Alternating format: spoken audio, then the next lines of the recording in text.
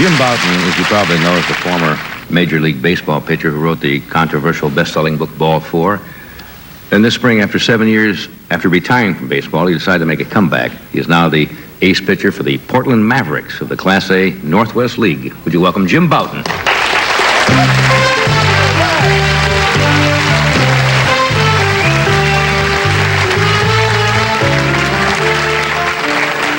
How are you? I'm fine. How are things in Portland? Sorry about last night. You were supposed to be with us last night. We got behind time. You could stay over for a day. That's okay. Because you got a game coming up soon, don't you? Yeah, I have a big game on beer night, Friday night. And... On beer night? Beer How do night, those things yes. work out? In some parks, they've had problems with that because they give people something like 12 ounces of beer for 2 bits, and the fans get a little bunkers, don't they, sometimes? Yeah, well, as long as they don't stop buying beer. I mean, that's the... No, in other words, you're just there so they come in to buy the beer. That's right. I've been instructed to pitch slowly. I usually pitch a fast game, but on beer night, if you pitch slower, they drink more.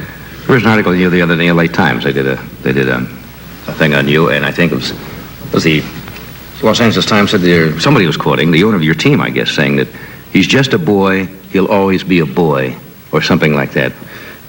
What did he mean? That you're always going to be childlike, or well, or I don't what? know. I guess because I want to play baseball rather than do something more normal for I'm a 38-year-old man. I guess be a businessman or something. I just have no urge to do that. Now, you didn't play for what, 7 years?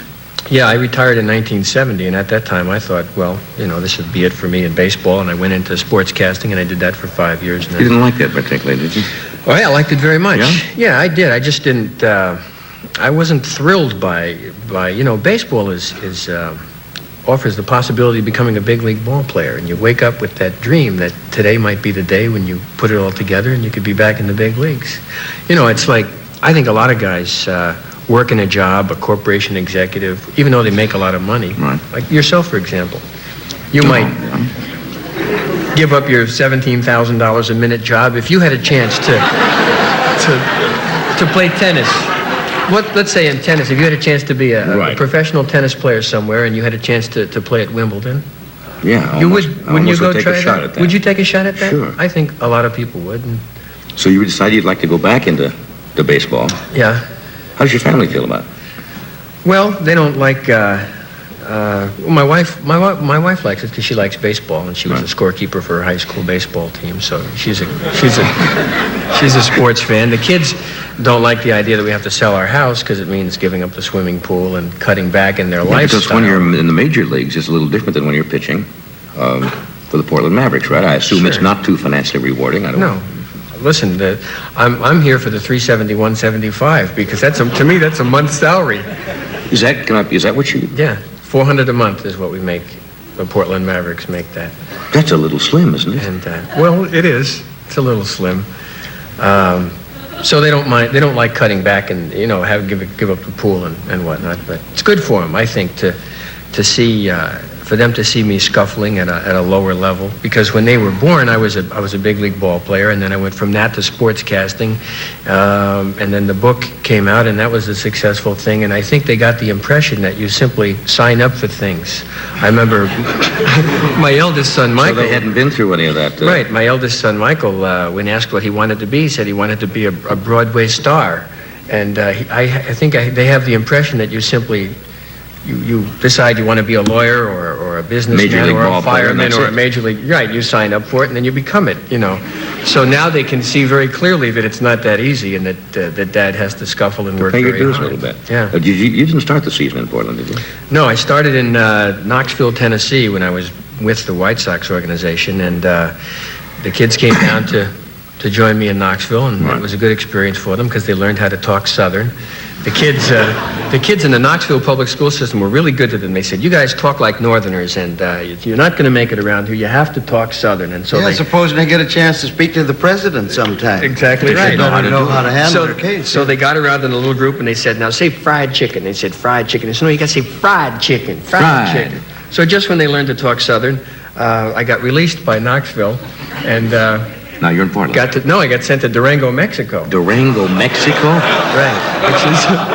Then they had to learn how to talk Spanish.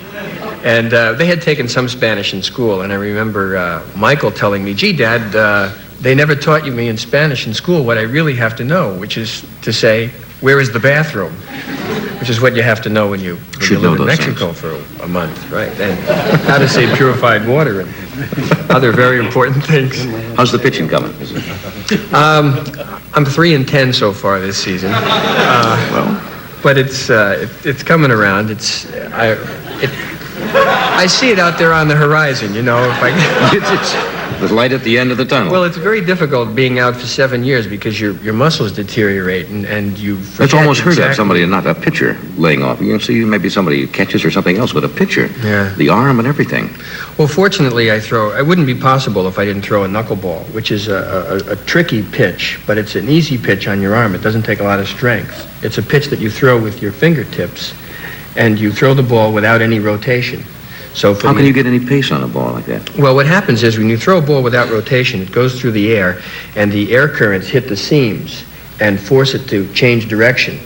And it moves in a new direction, exposing a new set of seams, changing direction again. So when you throw it 60 miles an hour, compared to a fastball, which goes, let's say, 100 miles an hour, what it does is it jumps around in the air. And it's a very difficult pitch to catch. Because if it does what it's supposed to do, How about to hit, you though? can't catch it. And if it doesn't do what it's supposed to do, they hit it and you still can't catch it. Let me do this and we'll come back. We'll be back. How do you hold it? Tell me how you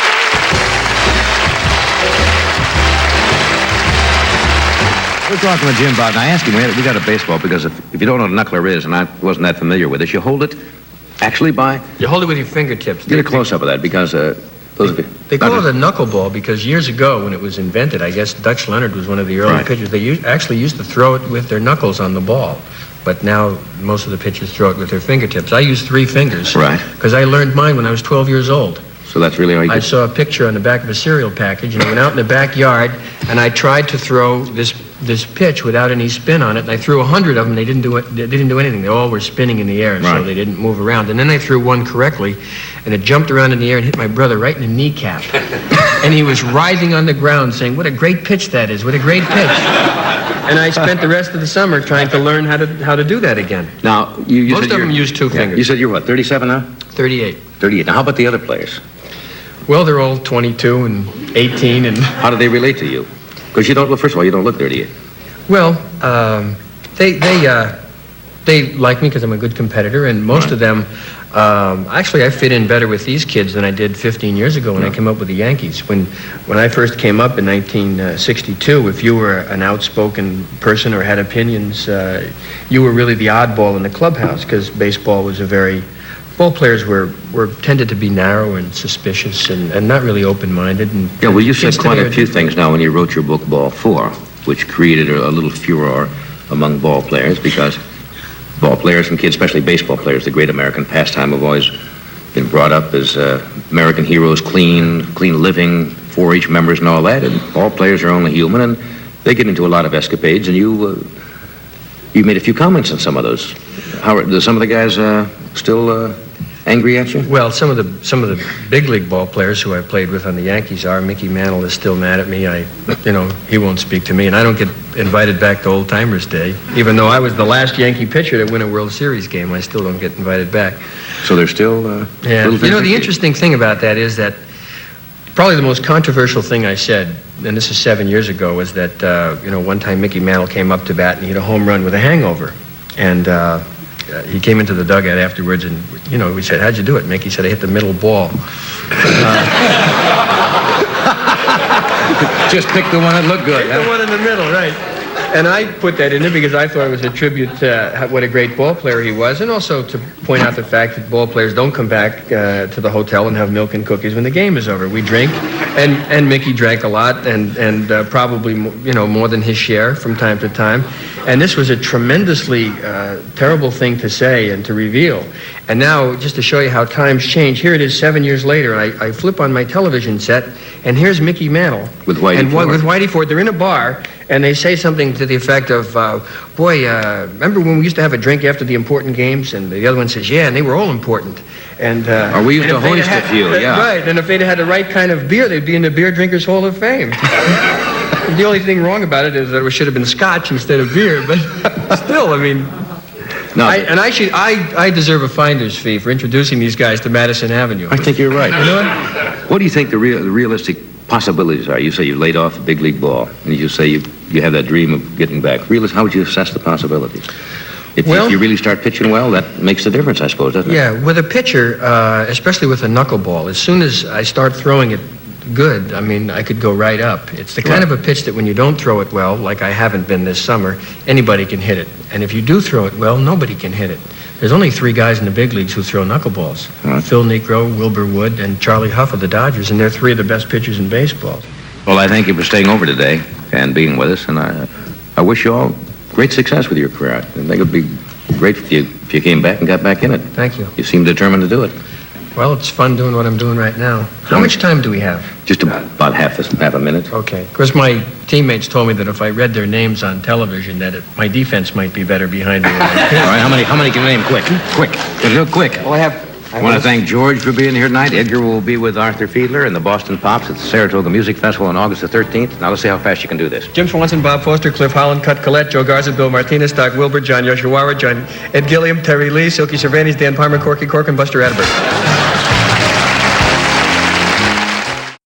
I'm humbled by that applause.